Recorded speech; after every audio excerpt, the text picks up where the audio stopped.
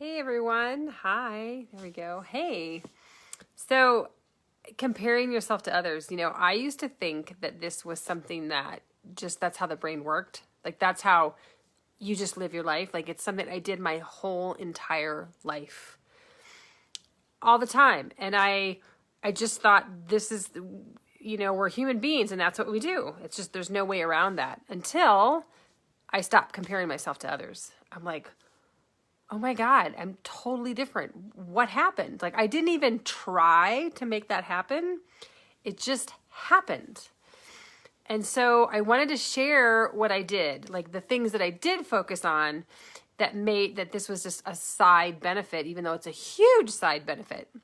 So there's really two main things that I can think of. One is self-love, just being really, really clear, doing a lot of inner work.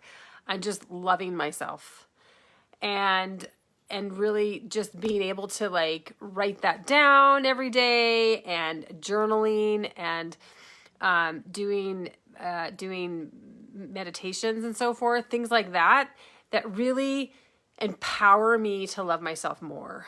And so just lots of different practices on loving myself, thanking, a gratitude practice. So there were many practices put in place really led me in a direction of loving myself more. So loving myself is a key point. And really, it's really about having a love affair with myself, and really like totally falling in love. It's a magical feeling to be with myself. And again, lots of practices that I put in place to make that happen. And then the other thing is learning how to reframe really well. Like catch it, because we have old patterns, we have old habits that are there still. Catching myself when I'm doing those old patterns. Just saying things like, well, oh, that wasn't going to work out for me anyway. Like saying that ahead of time. Oh, I doubt this is going to work. Like things like that you catch, that I can catch myself on now, and you get better and better at this all the time. And there's going to be a third thing here. And so catching myself in limiting beliefs, catching myself in not being in my abundance, catching myself not loving myself. Those are the kinds of things that if I'm paying attention, I will notice, saying something like that, well, that's not going to work out for me anyway. Then I'll reframe it and say, everything is always working out for me. Thank you, thank you, thank you. Everything. So that part of that is gratitude and part of that is reframing. So it's pieces together. Everything is always working out for me. Thank you, thank you, thank you. Like that is such a great one. And then the third thing I will say is community. Community has helped me. Hi, Christy. Community has helped me to be around other people who think the same way as I do. So other people who want to love themselves more, who want more abundance, who live in gratitude, who work on catching themselves, saying things that are not supportive to themselves or the universe, and are willing to reframe it for themselves and say that out loud, or reframe things for you, or recommend a reframe to happen. And so when you hang out with community like that, what I notice is that people's reframes would be things that like, I never even caught that. I never even thought of it that way. And then I could integrate that into my own life. So it's been massive to be around people who like, I'm not good at technology, or I'm not a techie. And then they'll reframe it as, I can learn everything I need to learn in the right time for technology. And they can do it. And so that I never thought that should be a reframe, but it totally should be a reframe. So as I watched other people do their own reframes, I could integrate that into my own life. So those are the three things that I have done. So here's the outcome. So I was not trying to not compare myself to other people. What I was trying to do is just progress with my life.